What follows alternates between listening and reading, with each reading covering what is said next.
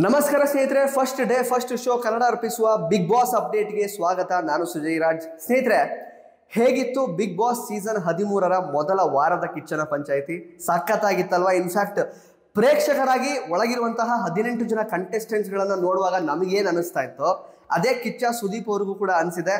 So ಹಾಗಾಗಿ ಜಂಟಿಗಳಿಗೆ ಮತ್ತು ಒಂಟಿಗಳಿಗೆ ತಮ್ಮ ಮಾತಿನ ಚಾಟಿಯ ಮೂಲಕ ಟಾಂಗ್ ಕೊಟ್ಟರು, ಸಖತ್ತಾಗಿ ಕ್ಲಾಸ್ ತಗೊಂಡ್ರು. ಇನ್ಫ್ಯಾಕ್ಟ್ ಜಂಟಿಗಳಿಗೆ ಕೆಲವರಿಗೆ ಜಂಟಿಯಾಗಿರೋದೇ ಅಡ್ವಾಂಟೇಜ್ ಅಂತ ಯಾರೆಲ್ಲ ಅಂದ್ಕೊಂಡಿರ್ತಾರಲ್ಲ ಅವರಿಗಂತೂ ಮುಖಕ್ಕೆ ಹೊಡೆದಂಗೆ ಹೇಳಿದ್ರು, ನೀವೆಲ್ಲ ಜಂಟಿಯಾಗಿ ಒಳಗೆ ಹೋಗಿದ್ದೀರಾ ಅಂತಂದರೆ ಒಂಟಿಯಾಗಿ ನಿಮ್ಮ ಕೈಲಿ ಜನರನ್ನ ಎಂಟರ್ಟೈನ್ ಮಾಡುವಂತಹ ಕೆಪಾಸಿಟಿ ಇಲ್ಲ ಅನ್ನೋ ಕಾರಣಕ್ಕೆ ಜನಗಳು ನಿಮ್ಮನ್ನು ಚೂಸ್ ಮಾಡಿ ಜಂಟಿಯಾಗಿ ಒಳಗೆ ಬಿಟ್ಟಿರೋದು. ಸೊ ಅದ್ರ ಬಗ್ಗೆ ನೀವು ಖುಷಿ ಪಡುವಂತಹ ಅಗತ್ಯ ಇಲ್ಲ.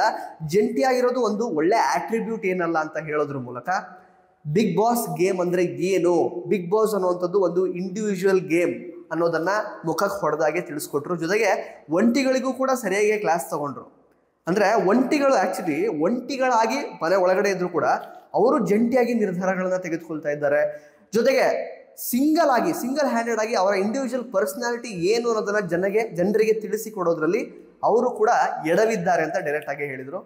ಎಸ್ಪೆಷಲಿ ಆರ್ ಜೆ ಅಮಿತ್ ಅವರಿಗೆ ಸಖತ್ತಾಗೆ ಕ್ಲಾಸ್ ತಗೊಂಡ್ರು. ಬಿಕಾಸ್ ಆರ್ ಜೆ ಅಮಿತ್ ಅವರು ಇನ್ಫ್ಯಾಕ್ಟ್ ಅವ್ರು ಏನಂತ ಹೇಳಿದರು ಅಂತಂದರೆ, ಬಿಗ್ ಬಾಸ್ ಅನ್ನುವಂಥದ್ದು ಒಂದು cringe show with low IQ ಅನ್ನೋ ಥರ ಎಲ್ಲ ಅವ್ರು ಮಾತಾಡಿದರು ಹೊರಗಡೆ ಇದ್ದಾಗ. ಬಟ್ ಈಗ ಸೊ ಅವರ IQ ಯಾವ ಮಟ್ಟದಲ್ಲಿದೆ ಅನ್ನೋದನ್ನು ಕಿಚ್ಚ ಸುದೀಪ್ ಅವರು ಅಲ್ಲೇ ಅವ್ರ ಮುಂದೆನೇ ಸಾಬೀತು ಕೂಡ ಪಡಿಸಿಬಿಟ್ರು. ಹೇಗೆ ಅಂತ ಹೇಳಿದ್ರೆ, ಚಂದ್ರಪ್ರಭಾ ಮತ್ತು ಸತೀಶ್ ಅವರ ಆಟವನ್ನು ನೋಡಿ ಅವ್ರಿಗೆ ಯಾರು ನೋಡಿ ಕ್ವಶನ್ನೇ ಮಾಡಲಿಲ್ಲ. ಇನ್ಫ್ಯಾಕ್ಟ್ ಆ್ಯಕ್ಚುಲಿ ಅವ್ರು ಯಾಕೆ ಈ ಥರ ಬಿಹೇವ್ ಮಾಡ್ತಿದ್ದಾರೆ, ಸೀಕ್ರೆಟ್ ಟಾಸ್ಕ್ ಏನಾದ್ರು ಕೊಟ್ಟಿದ್ದಾರೆ ಬಿಗ್ ಬಾಸ್ ಅವರು? ಬಿಕಾಸ್ ಜಂಟಿಗಳ ತಂಡವನ್ನು ಸೋಲಿಸೋದೇ ಅವರಿಗೆ ಕೊಟ್ಟಿದ್ದಂತಹ ಒಂದು secret task Big Boss. Actually ಅದೇ ಯಾರಿಗೂ ಕಂಡು ಹಿಡಿಯೋಕ್ಕಾಗಲಿಲ್ಲ. ಸೊ ನೀವು ಒಳಗಡೆ ಹೋಗಿದ್ದೀರಾ, so you were telling Big Boss is a cringe show, so low IQ ಇರುವಂತಹ ಒಂದು ಶೋ ಅಂತ ಹೇಳ್ತಾ ಇದ್ರಿ, ನೀವೇನು ಮಾಡಿದ್ದೀರಾ ಈಗಾಗಂದರೆ ಒಳಗೆ ಹೋಗಿ ಅನ್ನೋ ರೀತಿಯಲ್ಲಿ ಪ್ರಶ್ನೆ ಮಾಡಿದ್ರು. ಆರ್ ಜೆ ಅಮಿತ್ ಅವ್ರಿಗೆ ನಾನು ಸ್ವಲ್ಪ ಯೋಚನೆ ಮಾಡದೆ ಮಾತಾಡಬಾರ್ದಾಗಿತ್ತು ಅನ್ನೋದು ಇವಾಗ ಸರಿಯಾಗಿ ಮನವರಿಕೆ ಆಗಿರುತ್ತೆ. ಅದನ್ನು ಹೊರತುಪಡಿಸಿದ್ರೆ ಧ್ರುವಂತ್ ಅವ್ರಿಗೆ ಆ್ಯಕ್ಚುಲಿ ಇಂಡಿವಿಜುವಾಲಿಟಿ ಎಷ್ಟು ಇಂಪಾರ್ಟೆಂಟ್ ಆಗುತ್ತೆ. ನೀವೀಗ ಸಹಾನುಭೂತಿ ತೋರಿಸ್ತಾ ಇದ್ದೀರಾ ಯಾರ ಮೇಲೆ? ಮಲ್ಲಮ್ಮ ಅವ್ರ ಮೇಲೆ. ಬಟ್ ಸಹಾನುಭೂತಿ ಬಿಗ್ ಬಾಸ್ ಗೇಮಿಗೆ ಸೂಟ್ ಆಗಲ್ಲ ಅಲ್ವಾ? ಅವ್ರು ಆರಾಮಾಗಿ ಕಪ್ಪೊಡ್ಕೊಂಡು ಹೋಗ್ತಾ ಇರ್ತಾರೆ. ಇಷ್ಟು ದೊಡ್ಡವರಾಗಿ ಎಷ್ಟೊಂದು ಜನ ಮಕ್ಕಳನ್ನ ಸಾಕೊಂಡು, ಆ್ಯಕ್ಚುಲಿ ಅವ್ರ ಮಕ್ಕಳಿದ್ದಾರೆ, ಅವ್ರಿಗೆ ಮಕ್ಕಳು ಸಾಕೊಂಡು ಇಷ್ಟು ಒಂದು ಜರ್ನಿ ಮಾಡಿರೋರಿಗೆ ಬಿಗ್ ಬಾಸ್ ಮನೆ ಒಳಗಡೆ ಯಾವ ರೀತಿ ಆಟ ಆಡಬೇಕು ಅಂತ ಗೊತ್ತಿಲ್ವಾ? ನೀವು ಹೇಳ್ಕೊಡ್ಬೇಕು ಅವ್ರಿಗೆ, ನೀವು ಬ್ಯಾಕಪ್ ಆಗಿರ್ಬೇಕು ಅವ್ರಿಗೆ ಅಂತ ಧ್ರುವಂತ್ ಅವ್ರಿಗೆ ಅರ್ಥ ಮಾಡಿಸಿದ್ರು. ಇನ್ಫ್ಯಾಕ್ಟ್ ಧ್ರುವಂತ್ ಅವರು ತುಂಬ ಸಹಾನುಭೂತಿಯಿಂದ ಬೇಕಿದ್ರೆ ಅವ್ರು ಗೆಲ್ಲಲಿ ಕಪ್ನ, ನಾನು ಅವರಿಗೋಸ್ಕರ ಬಿಟ್ಕೊಡ್ತೀನಿ ಅಂತ ಹೇಳಿದಾಗ ಅದಕ್ಕೂ ಕೂಡ ಆ ಅಭಿಪ್ರಾಯ ಬದಲಾಗೋ ರೀತಿಯಲ್ಲಿ ಕೂಡ ಕಿಚ್ಚ ಸುದೀಪ್ ಅವ್ರು ಮಾತಾಡೋರು. ಜೊತೆಗೆ ಕಾಕ್ರೋಚ್ ಸುದೀಪ್ ಅವರಿಗೆ ಆ ಟಾಸ್ಕ್ ವಿಚಾರಕ್ಕೆ ಸಂಬಂಧಪಟ್ಟ ಹಾಗೆ ನಿಮಗೂ ರೂಲ್ಸ್ ಗೊತ್ತಿರಲಿಲ್ಲ, ಬಟ್ ಸ್ಟಿಲ್ ನೀವು ವಾದ ಮಾಡ್ತಾ ಇದ್ರಿ, ಅದನ್ನು ನೀವು ಸರಿಪಡಿಸ್ಕೊಳ್ಬೇಕು ಅನ್ನೋ ರೀತಿಯಲ್ಲಿ ಸರಿಯಾಗಿ ಅವರಿಗೆ ಟಾಂಗ್ ಕೊಟ್ಟರು. ಆ್ಯಂಡ್ ಕಾಕ್ರೋಚ್ ಸುದೀಪ್ ಅವರು ಆ್ಯಕ್ಚುಲಿ ಮನೆ ಒಳಗಡೆ ಹೋಗುವಾಗ ನನ್ನಲ್ಲಿರೋವಂಥದ್ದು ಏನೋ ಒಂದು ತೋರಿಸ್ತೀನಿ ಅಂತ ಹೇಳಿದರು, ಅದೇನು ಅಂತ ಇದುವರೆಗೂ ತೋರಿಸಿಲ್ಲ ಅವ್ರು ಆ್ಯಕ್ಚುಲಿ. ಸೊ ಅದ್ರ ಬಗ್ಗೆ ಏನನ್ಸುತ್ತೆ ಅಂತ ಮನೆಯವ್ರಿಗೆ ಎಲ್ರಿಗೂ ಅಭಿಪ್ರಾಯ ಕೇಳಿದಾಗ ಒಬ್ಬೊಬ್ಬರು ಒಂದೊಂದು ರೀತಿ ಉತ್ತರ ಕೊಟ್ಟರು. ಅದೆಲ್ಲ ಸಖತ್ತಾಗಿ ಮಜವಾಗಿತ್ತು. ಇನ್ಫ್ಯಾಕ್ಟ್ ಮತ್ತೆ ಜಂಟಿಗಳಿಗೆ ಮತ್ತು ನಾನು ಒಂಟಿಗಳಿಗೆ ಟಾಂಗ್ ಕೊಟ್ಟರು ಅಂತ ಹೇಳಿದಾಗಲೇ ಟಾಂಗ್ ಕೊಡೋ ಒಂದು ಮಾತು ಕೂಡ ಹೇಳ್ತಾರೆ, ನೀವು ಏನು ಮಾಡ್ತಾ ಇದ್ದೀರಾ ಇನ್ಫ್ಯಾಕ್ಟ್ ಒಳಗಡೆ ಹೋಗಿ. ಅಲ್ಲಿ ಎಪಿಕ್ ಅನ್ಸಿದ್ದು ಯಾವ್ದು ಗೊತ್ತಾ? ಮಂಜು ಭಾಷಿಣಿ ಮತ್ತು ರಾಶಿಕಾ ಶೆಟ್ಟಿ ಅವರು ಕ್ಲಿಪ್ ತೋರಿಸ್ತಾರೆ. ಆ್ಯಕ್ಚುಲಿ ಆ ಕ್ಲಿಪ್ಪಲ್ಲಿ ಗೊತ್ತಾಗುತ್ತೆ ಅವ್ರು ಏನು ಮಾಡ್ತಿದ್ದಾರೆ ಅಂತ. ಸೊ ಇಂಡಿವಿಜುವಲ್ ಆಗಿ ಆಟ ಆಡಿ, ನೀವೇನೋ ಇಲ್ಲಿ ಒಬ್ರಿಗೊಬ್ರಿಗೆ ಒಂದು ಎಮೋಷನಲ್ ಸಪೋರ್ಟ್ ಆಗೋದಕ್ಕೆ ಇಲ್ಲಿ ಬಂದಿಲ್ಲ. ನಿಮ್ಮ ಲಕ್ಷ್ಯ ಏನು? ಆ್ಯಕ್ಚುಲಿ ಲಾಸ್ಟ್ ಸೀಸನಲ್ಲೂ ಇದನ್ನು ನೋಡ್ತಾ ಬರ್ತಾ ಇದೀವಿ ನಾವು. ಆಟ ಆಡೋದನ್ನು ಒಂದು ಬಿಟ್ಟು ಬೇರೆದೆಲ್ಲ ಮಾಡ್ತಾ ಇರ್ತಾರೆ, ಸಂಬಂಧಗಳನ್ನು ಸೃಷ್ಟಿ ಮಾಡ್ಕೊಳ್ತಾರೆ. ಯಾರಿಗೂ ನೀವು ರಫ್ ಆ್ಯಂಡ್ ಟಫ್ ಆಗಿರಿ, ನೀವು ಒಬ್ಬರನ್ನ ಸರಿಯಾಗಿ ಟ್ರೀಟ್ ಮಾಡೋದೇ, ಕೆಟ್ಟದಾಗಿ ನಡೆಸ್ಕೊಳ್ಳಿ, ಸ್ವಾರ್ಥಿಯಾಗಿ ಅಂತ ಹೇಳ್ತಾ ಇಲ್ಲ. ಬಟ್ ಏನು actually what is the target of Big Boss? ಆ ಕಪ್ಪು ಗೆಲ್ಲೋದ್ರ ಕಡೆಗೆ, ಜನರ ಮನಸ್ಸನ್ನು ಗೆಲ್ಲೋದ್ರ ಕಡೆಗೆ ಅವರ ಲಕ್ಷ್ಯ ಇರಬೇಕಲ್ವಾ? ಅದು ಯಾರಿಗೂ ಇರಲ್ಲ. ಇಲ್ಲಿ ಬಹಳ ಚೆನ್ನಾಗಿ ಎದ್ದು ಕಾಣ್ತಾ ಇದೆ ಒಂದು ವಾರದಲ್ಲೇ ಕಂಟೆಸ್ಟೆಂಟ್ಸ್ಗಳ ಮೈಂಡ್ ಸೆಟ್ ಸರಿಯಾಗಿ ಪ್ರಿಪೇರ್ ಆಗಿಲ್ಲ. ಅವರೆಲ್ಲ ಆರಾಮ ಒಂದು ಕಂಫರ್ಟ್ ಝೋನ್ಗೆ ಹೋಗೋದಕ್ಕಷ್ಟೇ ಅವ್ರು ಯೋಚನೆ ಮಾಡ್ತಿದ್ದಾರೆ. ಬಟ್ ಕಿಚ್ಚ ಸುದೀಪ್ ಅವರು ತುಂಬ ಸ್ಪಷ್ಟವಾಗಿ ಹೇಳಿದ್ದಾರೆ, ಏನು ಅಂತಂದರೆ ಬಿಗ್ ಬಾಸ್ ಸೀಸನ್ 13 ನನ್ನ ಮಗಂದು ಹಳೆ ಸೀಸನ್ಗಳ ಥರ ಅಲ್ವೇ ಅಲ್ಲ. ಇಲ್ಲಿ ನಿಮ್ಮಲ್ಲಿ ಏನು ಇಷ್ಟೆಲ್ಲ ಆಟ ಆಡ್ತಾ ಇದ್ದೀರಲ್ಲ ದರಿದ್ರವಾಗಿ, ಸೊ ಇದರಲ್ಲಿ 50 ಜನ ರೀಪ್ಲೇಸ್ ಮಾಡುವಂತಹ, ಅಂದರೆ 50% ರೀಪ್ಲೇಸ್ ಮಾಡುವಂತಹ ಕೆಲವೊಂದು ಸೆಟಪ್ ರೆಡಿ ಇದೆ. ಬೇಕಿದ್ರೆ ಅರ್ಧಕ್ಕರ್ಧ ಜನನ ಆಚೆ ಕಳಿಸಿ ಇನ್ನು ಹೊಸ ಕಂಟೆಸ್ಟೆಂಟ್ಸ್ಗಳನ್ನ ಒಳಗಡೆ ಬಿಡ್ಬೋದು. ಆ ರೀತಿ ಕೂಡ ಆಗುತ್ತೆ ಬಿಗ್ ಬಾಸ್ ಸೀಸನ್ 13ರಲ್ಲಿ ಅಂತೆಲ್ಲ ಹೇಳಿದ್ದಾರೆ. ಸೊ ಅಗೇನ್ ಇವತ್ತು ಅಫ್ಕೋರ್ಸ್ ಎಲಿಮಿನೇಷನ್ ಆಗುತ್ತೆ ಅಂತ ಹೇಳಿದ್ದಾರೆ. ಆ ವಿಚಾರಕ್ಕೆ ನಾನು ಬರ್ತೀನಿ ಕೊನೆಯದಾಗಿ. ಬಟ್ ಒಂದು ವಿಚಾರ ಕಿಚ್ಚ ಸುದೀಪ್ ಅವರು ತುಂಬ ಚೆನ್ನಾಗಿ ಎಕ್ಸ್ಪ್ಲೇನ್ ಮಾಡಿದ್ರು. ಕಿಚ್ಚನ ಚಪ್ಪಾಳೆ ಗೊತ್ತಲ್ಲ, ಮೊದಲನೇ ವಾರನೇ ಸಿಕ್ತು. ಯಾರಿಗೆ ಸಿಕ್ತು ಹೇಳಿ?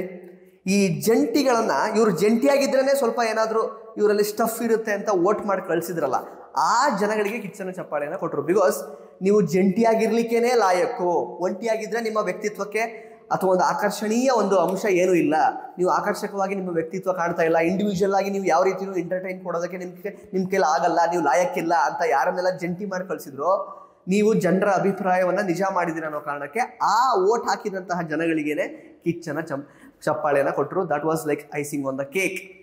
ಮತ್ತೆ ಹೇಳಿದ್ರು ಮಲ್ಲಮ್ಮ ಅವರೇ ಆ್ಯಕ್ಚುಲಿ ಇಂಡಿವಿಜುವಲ್ ಆಗಿ ಆಡ್ತಾ ಇರೋದು.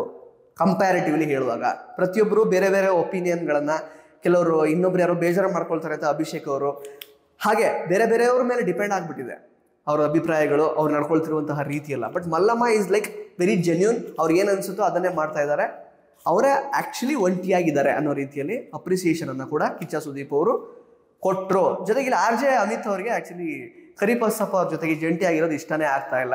ಜೊತೆಗೆ ಇಲ್ಲಿ ಚಂದ್ರಪ್ರಭಾ ಅವರಿಗೆ ಸತೀಶ್ ಅವ್ರ ಜೊತೆಗೆ ಅವರ ಮೇಕಪ್ ಎಲ್ಲ ನೋಡಿಕೊಂಡು ಅವರ ಬೆಳಗಿನ ಒಂದು ಕೆಲಸಗಳಿಗೆಲ್ಲ ಅವ್ರಿಗೆ ಜೊತೆಗೆ ಅಲ್ಲೇ ಇರಬೇಕಾಗುತ್ತೆ, ಟಾಯ್ಲೆಟಲ್ಲೇ. ಸೊ 2-3 ಗಂಟೆ ಅಲ್ಲೇ ಕಾಲ ಹೋಗ್ತಾ ಇದೆ ಅನ್ನೋ ಕಾರಣಕ್ಕೆ ಅವ್ರಿಗೆ ಇಷ್ಟ ಆಗ್ತಾ ಇಲ್ಲ. ಬಟ್ ಸತೀಶ್ ಅವರಿಗೆ ಚಂದ್ರಪ್ರಭಾ ಇಷ್ಟ, ಚಂದ್ರಪ್ರಭಾ ಅವರಿಗೆ ಅವ್ರ ಜೊತೆಗೆ ಇರೋದಕ್ಕೆ ಕಷ್ಟ. ಈ ಕಡೆ RJ ಅಮಿತಿಗೆ ಕರಿಬಸಪ್ಪ ಅವ್ರ ಜೊತೆಗೆ ಇರೋಕ್ಕಾಗ್ತಾಯಿಲ್ಲ. ಬಿಕಾಸ್ ಮಾತು ಎತ್ತಿದ್ರೆ ಸಾಕು ಕರಿಬಸಪ್ಪ ಅವರು ಫಿಲಾಸಫಿ ಹೇಳೋದಕ್ಕೆ ಶುರು ಮಾಡಿಬಿಡ್ತಾರೆ. ಸೊ ಈ ರೀತಿ ಎಲ್ಲ ಆಗಿರೋದ್ರಿಂದ ತುಂಬ ಕಷ್ಟ ಆಗಿದೆ ಕೆಲವ್ರಿಗೆ. ಜೊತೆಗೆ ಯಾರು ನಾಮಿನೇಟ್ ಆಗಿದ್ರು ಕಂಟೆಸ್ಟೆಂಟ್ಸ್, ಅದರಲ್ಲಿ ಒಬ್ಬರನ್ನ ಸೇಫ್ ಕೂಡ ಮಾಡ್ತಾರೆ ನಿನ್ನೆ ಎಪಿಸೋಡಲ್ಲಿ ನಮ್ಮ ಕಿಚ್ಚ ಸುದೀಪ್ ಅವರು. ಅದು ಬೇರೆ ಯಾರು ಅಲ್ಲ, ಮಲ್ಲಮ್ಮ ಅವರು. ಸೊ ವೆರಿ ಡಿಸರ್ವಿಂಗ್ ಒಂದು ಸೇಫ್ ಅಂತ ಅನ್ನಿಸ್ತು ನನಗೆ. ಬಿಕಾಸ್ ಅವರೇ ಫಸ್ಟ್ ಸೇಫ್ ಆಗಬೇಕಿತ್ತು. ತುಂಬ ಜೆನ್ಯೂನ್ ಆಗಿ ಆಡ್ತಾ ಇದ್ದಾರೆ. ಆ್ಯಕ್ಚುಲಿ ಅವ್ರದ್ದೊಂದು ಪರ್ಸ್ನಾಲಿಟಿ ಆ್ಯಕ್ಚುಲಿ ತುಂಬ ಸೈಲೆಂಟ್ ಆಗಿರ್ತಾರೆ, ಬಟ್ ಮುಗ್ಧತೆ ಇದೆ. ಬಟ್ ಅದು ಅವರ ಪರ್ಸ್ನಾಲಿಟಿ, ಅದು ಎತ್ತು ತೋರಿಸ್ತಾ ಇದೆ ಆ್ಯಕ್ಚುಲಿ. ಸೊ ಸರಿಯಾಗಿ ಸೇಫ್ ಆಗಿದ್ದಾರೆ. ಇನ್ನು ಉಳಿದಂತಹ 7 ಜನ ಕಂಟೆಸ್ಟೆಂಟ್ಸ್ಗಳಲ್ಲಿ ಯಾರು ಹೋಗ್ತಾರೆ ಅನ್ನೋದಕ್ಕೆ ಇವತ್ತು ಉತ್ತರ ಸಿಗುತ್ತೆ. ಬಟ್ ಆಲ್ರೆಡಿ ಸೋಷಿಯಲ್ ಮೀಡಿಯಾದಲ್ಲಿ ಬಸ್ ಕ್ರಿಯೇಟ್ ಆಗಿರೋ ಪ್ರಕಾರ ಕರಿಬಸಪ್ಪ ಮತ್ತು RJ ಅಮಿತ್ ಜೋಡಿ ಬಿಗ್ ಬಾಸ್ ಸೀಸನ್ 13ರ ಮೊದಲನೇ ವಾರದ ಎಲಿಮಿನೇಷನಲ್ಲಿ ಎಲಿಮಿನೇಟ್ ಆಗಿದ್ದಾರೆ ಅನ್ನುವಂತಹ ಮಾಹಿತಿ ಸೋಷಿಯಲ್ ಮೀಡಿಯಾದಲ್ಲಿ ಬರ್ತಾ ಇದೆ. ಅಫ್ಕೋರ್ಸ್ ಅಥೆಂಟಿಕ್ ಆಗಿ ಅಫಿಷಿಯಲ್ ಆಗಿ ಇವತ್ತು ಸಂಜೆ ಎಪಿಸೋಡಲ್ಲಿ ಗೊತ್ತಾಗುತ್ತೆ. ಬಟ್ ಆ ಒಂದು ಜಂಟಿ ಜೋಡಿ ಎಲಿಮಿನೇಟ್ ಆಗಿದೆ ಅನ್ನುವಂತಹ ವಿಚಾರ ಬಹಳ ದೊಡ್ಡದಾಗಿ ಸೋಷಿಯಲ್ ಮೀಡಿಯಾದಲ್ಲಿ ಬರ್ತಾ ಇದೆ. ಇನ್ನೊಂದು ಖುಷಿ ವಿಚಾರ ನಿನ್ನೆ ನಡೆದಿದ್ದೇನು ಅಂತಂದರೆ, ರಕ್ಷಿತಾ ಶೆಟ್ಟಿ ಅವರನ್ನು ಮತ್ತೆ ಮನೆ ಒಳಗಡೆ ಎಂಟ್ರಿ ಕೊಡಿಸಿದ್ದಾರೆ. ಸಾಕಷ್ಟು ಜನರಿಗೆ ಇದರಿಂದ ಬಹಳ ಖುಷಿಯಾಗಿದೆ.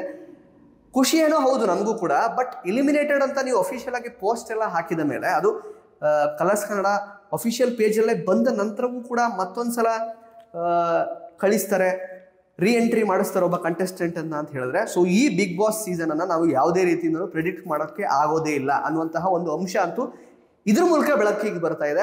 ರಕ್ಷಿತಾ ಶೆಟ್ಟಿ ಅವರು ಈಗ ಮನೆ ಒಳಗಡೆ ಬಂದಮೇಲೆ ಸಾಕಷ್ಟು ಜನರನ್ನ ಪ್ರಶ್ನೆ ಮಾಡ್ತೀನಿ, ನನ್ನನ್ನು ಹೆಂಗೆ ಚೂಸ್ ಮಾಡಿ ಕಳಿಸಿದ್ರೆ ನೀವು ಒಂಟಿಗಳೆಲ್ಲ ಸೇರಿ ಅನ್ನೋದೆಲ್ಲ ನಾನು ಜಗಳ ಮಾಡ್ತೀನಿ ಅಂತೆಲ್ಲ ಹೇಳಿದ್ದಾರೆ. ಬಟ್ ಕಾದ್ ನೋಡ್ಬೇಕು ಏನು ಮಾಡ್ತಾರೆ ಅಂತ. ರಕ್ಷಿತಾ ಶೆಟ್ಟಿ ಅವರನ್ನ ಮತ್ತೆ ವಾಪಸ್ ಒಳಗಡೆ ಕಳಿಸಿರೋದು ನಿಮಗೆಲ್ಲ ಎಷ್ಟು ಖುಷಿ ಆಯಿತು ಅದನ್ನು ಕಮೆಂಟ್ ಮಾಡಿ. ಮಲ್ಲಮ್ಮ ಅವರು ಸೇಫ್ ಆಗಿರೋದ್ರ ಬಗ್ಗೆ ಕಮೆಂಟ್ ಮಾಡಿ. ಜೊತೆಗೆ RJ ಅಮಿತ್ ಮತ್ತು ಕರಿಬಸಪ್ಪ ಅವರು ಎಲಿಮಿನೇಟ್ ಆದರೆ ಅದ್ರ ಬಗ್ಗೆ ನಿಮ್ಗೆ ಏನು ಅನಿಸುತ್ತೆ? ಅವ್ರ ಬದಲು ಯಾರು ಆಗಬೇಕಾಗಿತ್ತು? ಎಲಿಮಿನೇಷನ್ ಈ ವಾರ ಇರುತ್ತಾ? ಎಲ್ಲದ್ರ ಬಗ್ಗೆ ಕಮೆಂಟ್ ಬಾಕ್ಸಲ್ಲಿ ಕಮೆಂಟ್ ಮಾಡಿ ತಿಳಿಸಿ. ಧನ್ಯವಾದ.